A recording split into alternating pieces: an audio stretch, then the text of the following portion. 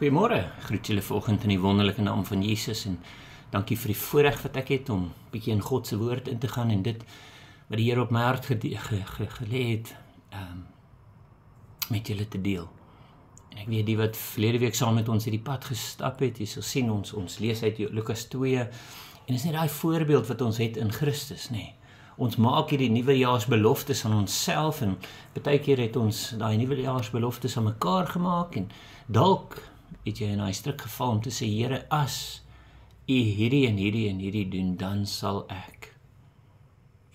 En ek hoop is nie jy nie, maar ons weet, daar's baie van ons wat dit doen, nee, ons sit ons velletjies uit en die Here het kom deur en dan sit ons nog eenetjie uit en ons doen nie dit wat ons aan die Here beloof het. En dis hoekom ons in God se woord ingaan en ons kyk na God, hoe Jesus gelewe het, dat ons daai voorbeeld by Jesus het, om te volg. Onthou, daar's baie goeie mense in die wêreld daar buite en daar's baie mense wat 'n invloed oor jou as mens gehad het. Maar daar's geen beter mens om na te kyk as die mens Jesus Christus. God geopenbaar in die vlees nie. En ons het verlede week na die eerste 2 gekyk wat in Lukas 2 hoofstuk 2 vers 52 staan wat dit sê en Jesus het toegeneem in wysheid en grootte. So wysheid, hoe het hy toegeneem in wysheid? Hy was tot en met 12 jaar oud het hy geleer en hy het onder die lering van mense homself geplaas.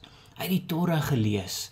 Hy het gelees daaruit en hy het gesien waaroor gaan dit en alles en hy het homself verryk in kennis.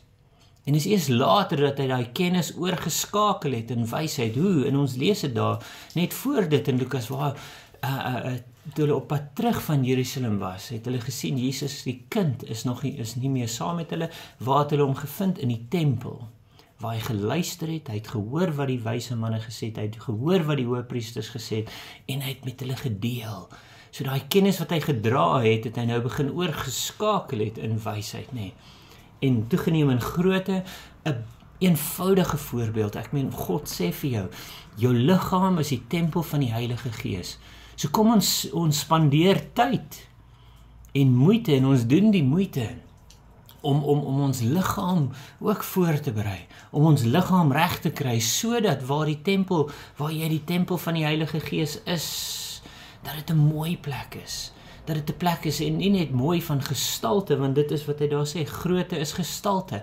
So hy het homself mooi gemaak, hy het hard gewerk, hy het fisiese werk gedoen, hy het mooi na sy liggaam gekyk, want hy weet waardeur sy liggaam moes gaan, en die pyn en die lyding, hy het gestap van plek tot plek, hy het nie die voorreg gehad wat ons vandag het om tegnologie te gehad het nie, nee. Hy het moet fisies gestap het, so hy moes na sy liggaam gekyk het, sodat hy die werke kan doen waarvoor God hom gestuur het, om te gaan doen. En ek vra jou vandag, het jy die moeite gedoen, het jy die tyd ingesit, het jy die voorbereiding gedoen, sodat jou liggaam sal groei en gesond hou, eet gesond, doen fisiese aktiwiteite, sodat jy jou liggaam kan voorberei vir dit wat die Here vir jou en my voorberei het, nê. En nou kyk ons na die volgende 2 dae so uit, en Jesus het toegeneem in wysheid en grootte, en in genade by God en by die mens. En genade by God. Hoe groei ons in genade by God? Hoe kom ons by die punt waar ek wil groei in my genade by God? Ek meen, daar's niks wat ons kan doen nie, nê. Ek meen, God het jou uitermate lief, daar's niks wat ek en jy kan doen, dat God meer lief wees sal wees vir my en vir jou nie. Ek meen, God het jou lief, God het jou geskaap in sy beeld, want so lief het God die wêreld gehad, dat hy sy enige gebore seun gegee het, sodat niemand verlore mag gaan nie, nê. Dit sê vir ons, dat God, daar's niks wat ons kan doen, wat God se liefde meer kan maak nie. God het jou so uitermate lief, en jy moet dit onthou. So hoe kan ons groei in die genade by God? Hoe kan ons groei? En is eenvoudig die boodskap wat ons daar so het, en is die boodskap wat Jesus vir ons gegee het. En ek lees hom net eenvoudig daar, Johannes 14 vers 15 sê, as julle my lief het, So nou is dit ewe skielik ons wat ons liefde aan God moet bewys. God is lief vir ons. Punt. That's it. Maar nou sê Jesus vir sy disippels, Jesus sê vir die mense wat om hom is, hy sê, as julle God lief het, doen wat? Behou, wat sê dit? Bewaar my gebooie. Bewaar my gebooie. Sien, die 10 gebooie is daar. Jesus het self gesê, ek het nie gekom om die wette wat weg te neem nie. Ek het nie gekom sodat ek die wet in my plek kan insit nie. Nee. Jesus het gekom om die wet te vervul. So die vervulling in die wet is wat ons sien in Jesus Christus. Hy het al die 512 wette gehou. Hy het die 10 gebooie bewaar. Want ek meen, dis lewenslesse wat ons daaruit kan kry. Moenie iemand se goed begeer nie, moenie sy man of vrou begeer nie, moenie jaloers wees op dit wat hulle het nie. Werk hard, eer God, eer jou moeder en jou vader. Al daai dinge is maar net lewenslesse wat ons kan sit en daaruit leer. En dan sê hy vir hom, al die wette is wat is eintlik in hierdie 2 wette, nee. Wees lief vir die Here jou God met gees, siel, liggaam en krag. Wees lief vir jou naaste soos jouself. So hoe kan ons God eer? Deur al daai gebooie te bewaar, om God lief te hê met alles wat in ons is, alles, gees, siel, verstand, krag, alles wat jy doen. Ek meen die woord van die Here sê, alles wat jy doen, in woord of daad, doen dit tot eer van die Here. Doen dit tot eer van die Here, nie vir jouself nie. As ek iets doen, as ek hierdie werk moet doen, as ek moet gym toe gaan, as ek moet gaan draf, as ek moet gaan swem, as ek moet hierdie fisiese aktiwiteit doen, as ek met hierdie taak by die werk moet doen, as ek hierdie taak by die skool moet doen, as ek my hand wil opsteek om 'n leier te wees, wat moet ek doen? Ek moet alles doen tot eer van die Here. Dan wys ons dat ons is lief vir God, deur die werk wat ons doen, die werk van ons hande, aan God op te dra en te sê, Here, ek doen dit vir U, nie vir myself nie. Ja, God gaan ons seën deur die werke wat ons doen, maar dit wat ons doen ons tot eer en verheerliking van sy naam, en dan wys ons vir God dat ons is lief vir hom. Ons dien hom met ons alles. En dan die laaste een hierso wat sy sê, en by die mense, ons het genade gevind by mense, ons het genade gevind by God, deur te doen wat God wil hê ons moet doen, en dan vind ons genade by mense. Hoe het Jesus genade by mense gevind? Eenvoudige voorbeeld, nee. Ek meen die eerste een wat ons daarvan lees, wat is sy eerste wonderwerk? Hy het water in wyn verander. Ek beloof jou nou, daar het hy baie vinnig guns by die mense gevind. Maar hy het dit nie gedoen vir homself nie, nee. Hy het sodat ander mense daai guns by mense sou vind. Ander mense. Maar ons lees hier so in Handelinge 10 vers 38, dit is so vir my so amazing. Hoe vind ons daai genade by mense, nee? Ons dien hulle, ons is lief vir hulle, ons kyk uit vir hulle, ons wys vir hulle, ons gee om vir hulle. En wie eens die voorbeeld wat ons het hierso is Handelinge 10 vers 38 gesê, met betrekking tot Jesus van Nazareth. Sien, daar is die voorbeeld weer, nee, hoe God hom gesalf het met die Heilige Gees en met krag. So die eerste plek waar hy moes wees, is hy moes in die plek wees waar hy homself oopmaak om te sê, vul my met die Heilige Gees, salf my met die Heilige Gees, sodat ek krag kan ontvang van God af. Sodat dit wat ek doen ek deur God, deur die krag wat God binne in my geplaas het. En dan sê hy vir hom daar so, gesalf het met die Heilige Gees en met krag, sodat hy kan doen wat? Sodat hy het die land deurgegaan. Hy moes fiks gewees het, hy moes fisies in gestalte gegroei het, sodat hy daai krag gehad, daai fisiese krag het, sodat hy deur die land kon gaan van plek tot plek. Hy kon die werk doen waarvoor die Here hom gestuur het om te doen, nee. Hy het die land deurgegaan, goed gedoen.